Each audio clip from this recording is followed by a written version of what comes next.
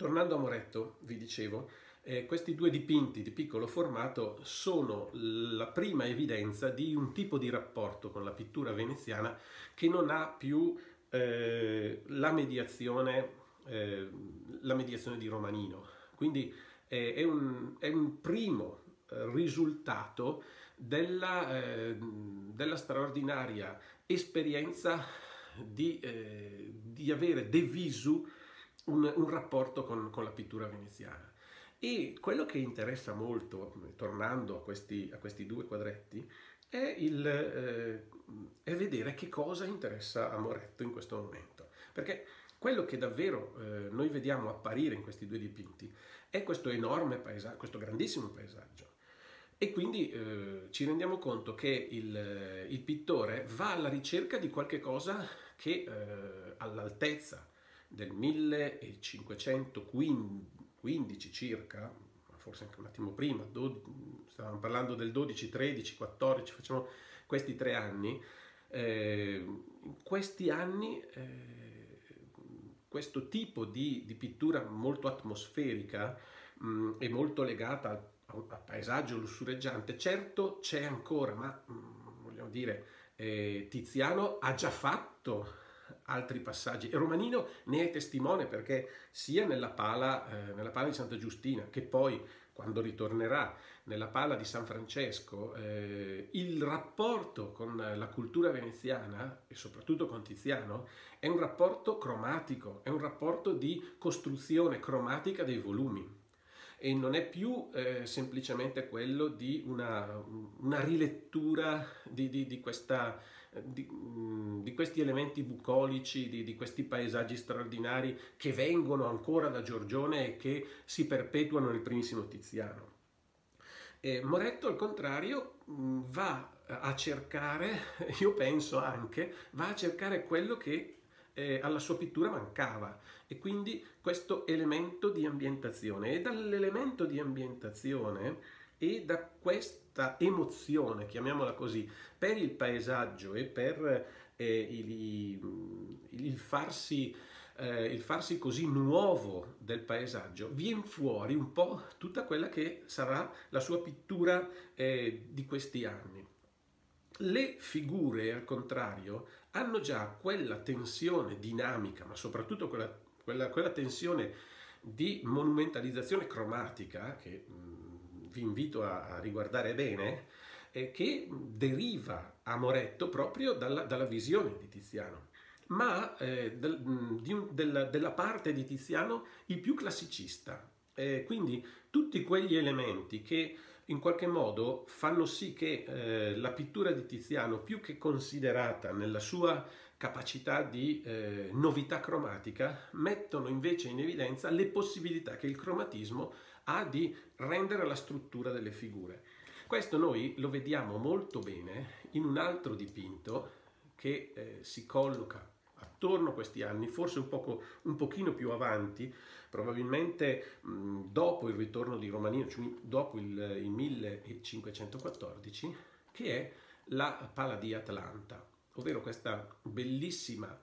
paletta nella quale sono raffigurati la Madonna con il Bambino, San Giacomo Maggiore e San Girolamo, che si trova all'High Museum of Art di Atlanta. Che cosa ha di particolare questa teletta? Ha di particolare il fatto che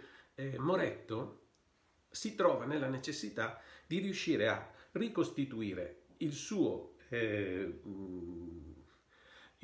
patrimonio genetico, chiamiamolo così, ovvero l'elemento costruttivo della sua pittura, dando ad esso però un tipo di soluzione che è quella legata a quello che è riuscito a vedere, cioè il cromatismo straordinario veneto, l'attenzione per il paesaggio, l'attenzione per il linguaggio nuovo, ma anche e in particolare si trova davanti al fatto di domandarsi come fare a dare una strutturazione monumentale alle figure in un dipinto che non sia un dipinto di piccolo formato, ma una pala, quindi un'opera di formato più ampio. E qui come risolve? Risolve in una maniera straordinaria, prima di tutto con una tavolozza smagliantissima, con colori di una qualità straordinaria ed esuberanti, ma a questo aggiunge alcuni elementi che gli derivano prima di tutto da quello che Romanino ha riportato in patria. Se guardate il San Giacomo Maggiore, soprattutto la posa, il viso, ricordano moltissimo la pittura di Romanino di quegli anni, ma anche per quanto riguarda lui, un tipo di attenzione alla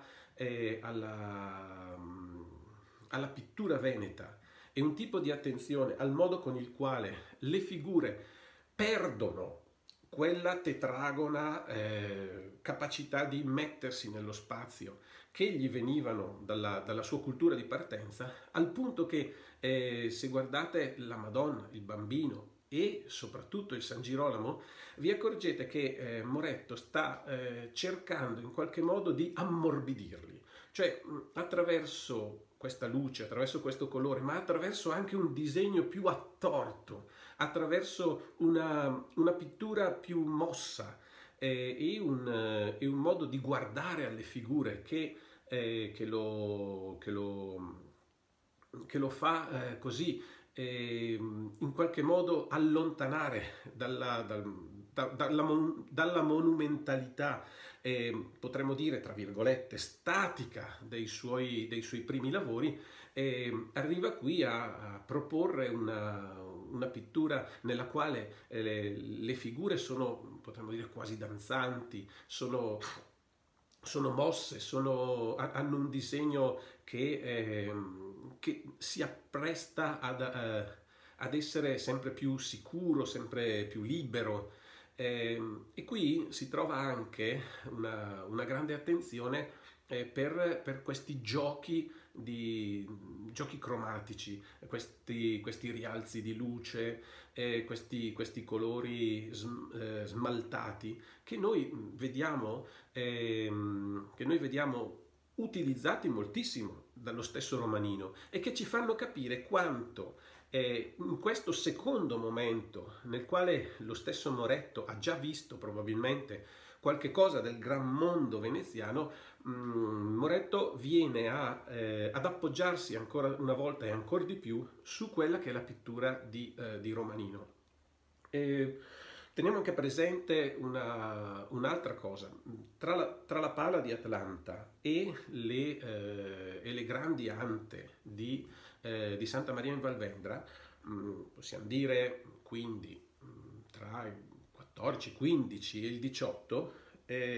Moretto vive una stagione molto particolare, che è la stagione nella quale lui stesso entra, possiamo dire, nell'orbita di questo rinascimento eversivo del quale faceva parte Romanino, ma anche quegli artisti cremonesi che possiamo dire tra Altobello Melone e Boccaccino, e quindi questi artisti che guardano al Rinascimento e soprattutto guardano al classicismo, ma in senso eversivo, e che a tutti gli effetti danno una lettura del Rinascimento in maniera non stravolta, ma possiamo dire in maniera alternativa, giocando cioè su quelle che sono le tensioni piuttosto che su quelli che sono gli elementi di calma e di concentrazione tipicamente classiciste rinascimentali. Ecco, il giovane Moretto si trova a far parte di questo mondo e con tutta probabilità lui stesso viene attratto dalle possibilità di questo linguaggio. Tenete presente che ancora una volta il giovane Moretto qui si trova fortemente legato a Romanino, e le soluzioni che Romanino porta o riporta in patria e che poi vengono a fondersi e vengono a rimeditarsi anche attraverso il rapporto con i cremonesi. Tenete voi presente tutta la cultura che Romanino va acquisendo in questi anni e che poi lo porterà ad essere l'artista scelto per dipingere e per affrescare parte della navata centrale del Duomo di Cremona, proprio in successione con Altobello Melone e con Bocaccino. Quindi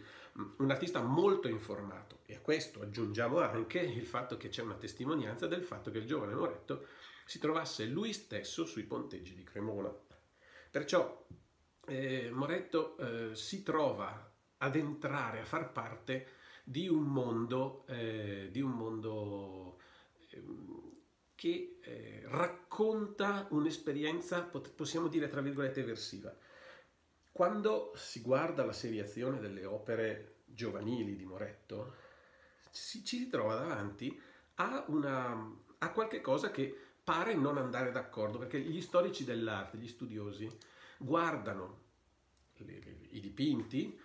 e si fanno un'idea di come questi dipinti possano essere seriati. E il problema è che l'attenzione a seguire una linea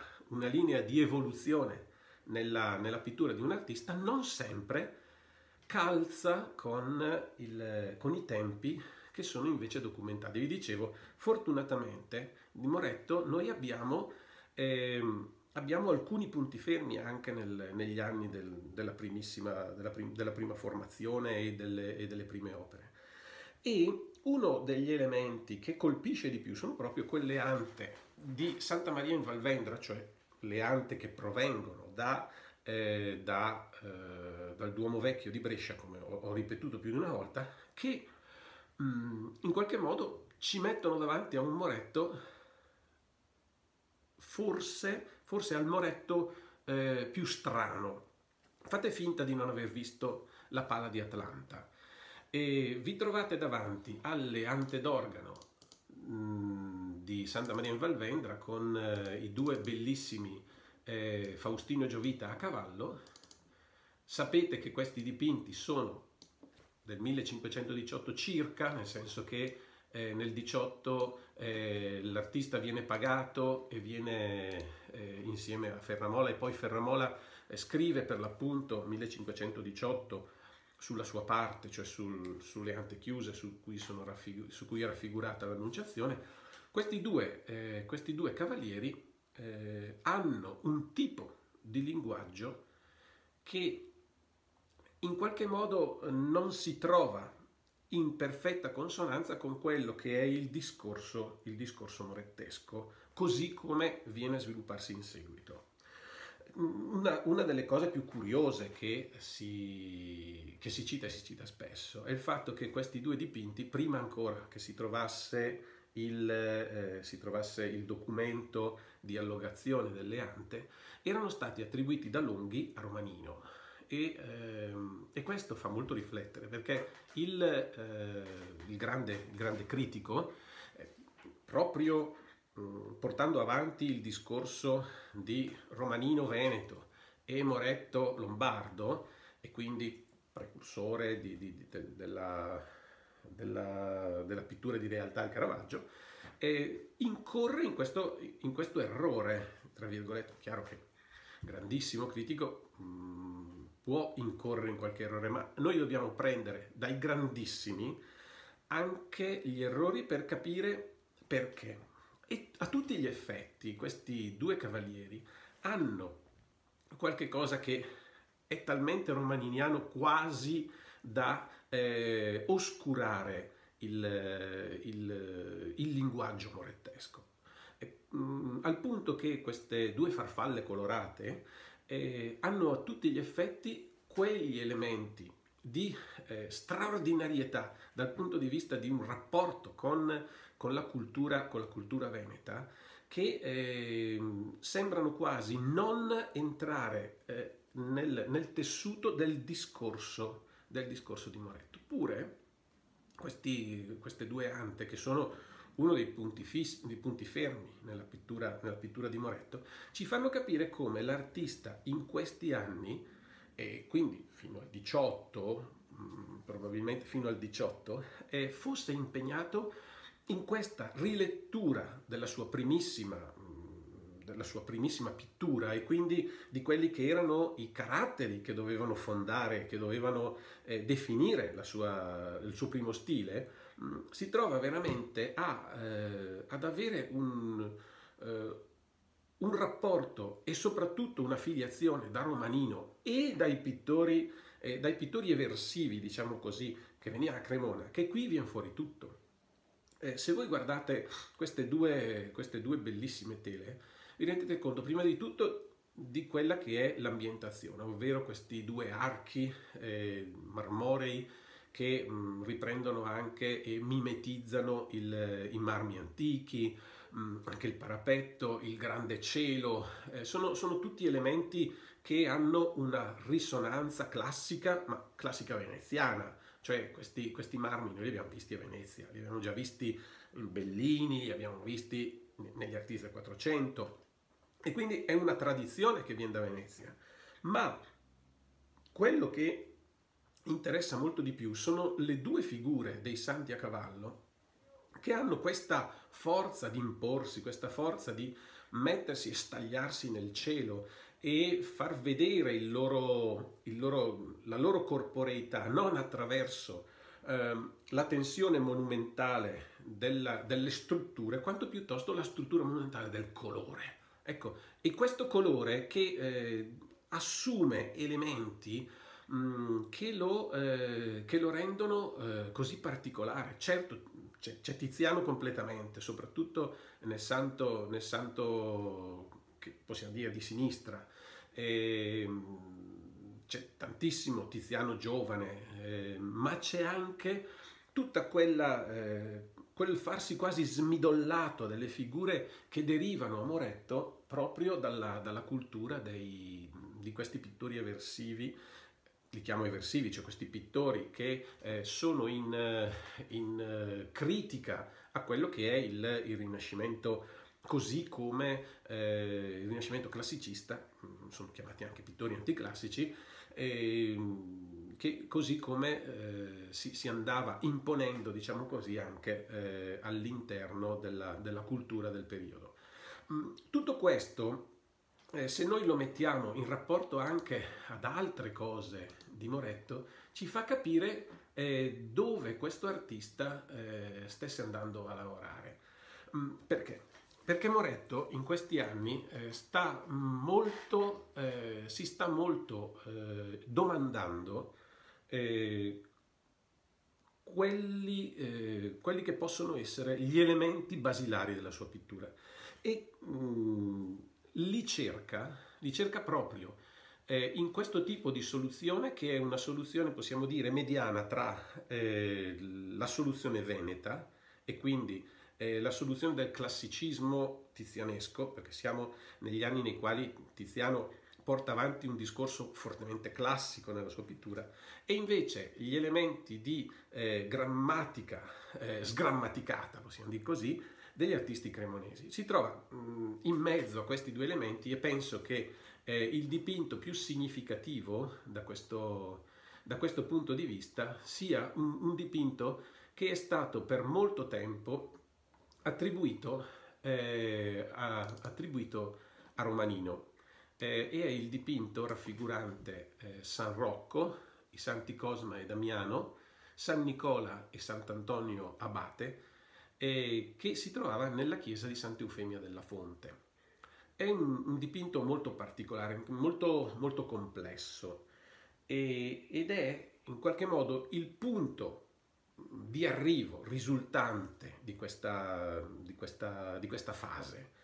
perché qui dentro Moretto, al quale il dipinto è stato restituito primo tra tutti sempre da Alessandro Ballarin e poi seguito da tutta la critica che invece l'aveva sempre e comunque assegnato a Romanino, ma giustamente lo assegnava a Romanino perché in questo dipinto si nota una grandissima attenzione a quelli che sono i portati di questa cultura, che potremmo dire è la cultura dei pittori chiamati anticlassici e ai quali Moretto appartiene in questo momento. È chiaro, qui noi ci troviamo davanti a un dipinto che non è in ottimo stato di conservazione, non ha il fulgore delle ante di Lovere e neanche della paletta di Atlanta. Purtroppo la qualità del dipinto da un punto di vista conservativo pesa un po' su quello che noi vediamo, però non ci deve ingannare. Prima di tutto la cosa che non ci deve ingannare è l'ambientazione. Noi vediamo che questa pala raffigura questi santi, questi 5 santi, in un esterno, quindi abbiamo un paesaggio verdeggiante, collinare, e abbiamo anche degli elementi, degli oggetti, delle figure che sono di corredo, come il cagnolino, il pane, che si riferiscono chiaramente a San Rocco, oppure le 3 sfere d'oro che si riferiscono a San Nicola. E tutto questo in qualche modo diventa l'elemento di partenza di un discorso che però va a ridondare sulle figure. Queste figure hanno in qualche modo la marca di tutti quegli artisti che Moretto andava sempre di più ad approfondire e a conoscere, che sono questi pittori chiamati anticlassici. Non può sfuggirci il profilo romaniniano del Sant'Antonio Abate, così come i 2 santi Cosma e Damiano non possono che essere accostati a opere simili dal punto di vista soprattutto fisionomico di Altobello Melone. Quello che è il più morettesco di tutti i santi è a tutti gli effetti il San Rocco al centro, ma morettesco nel senso più maturo del termine, cioè è forse la prima figura davvero morettesca che noi incontriamo nella pittura di Moretto. E perché?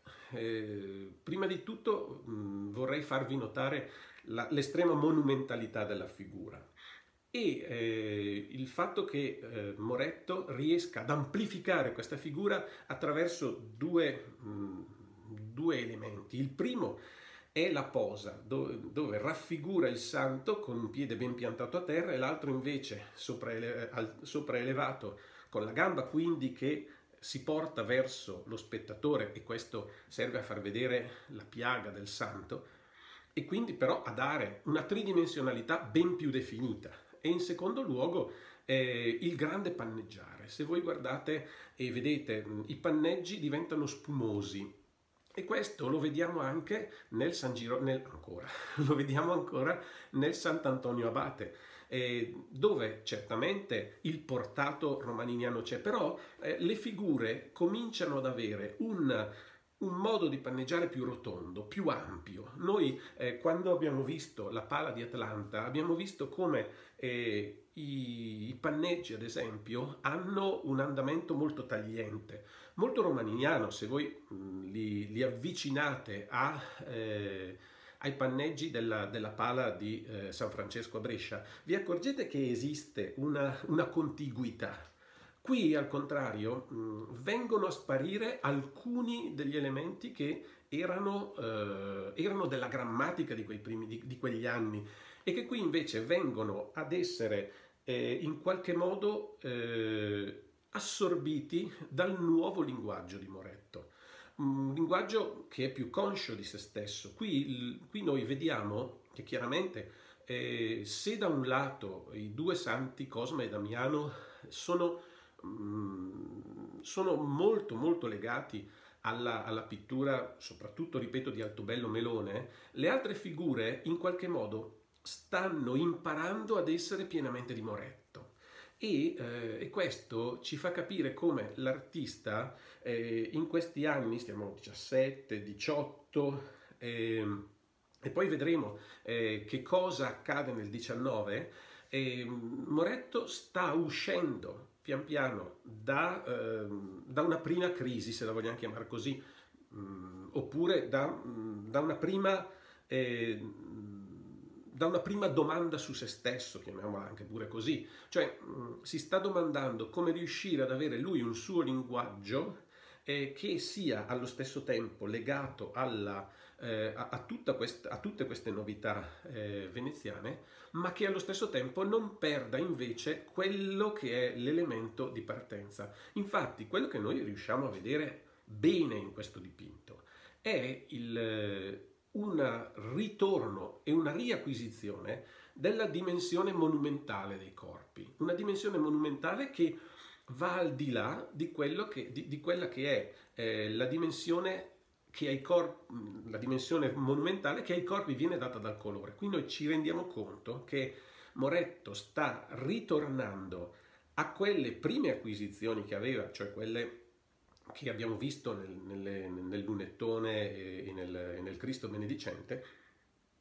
che trattano la struttura, la monumentalità, proprio attraverso non solo valori cromatici, ma anche valori di tridimensione che potremmo dire strutturali. E in questa pala,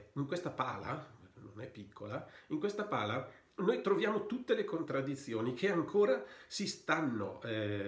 cercando di ricomporsi e che si vengono ricomponendo proprio sulla base di questa riacquisizione e che noi vediamo già messa in bella evidenza in quel piccolo dipinto che si trova all'Accademia Carrara, il Cristo crocifero con un devoto, che era datata 1518, era datata perché così parlano le cronache e parlano le testimonianze, ma il dipinto sottoposto ad un restauro è stato purtroppo decurtato di questa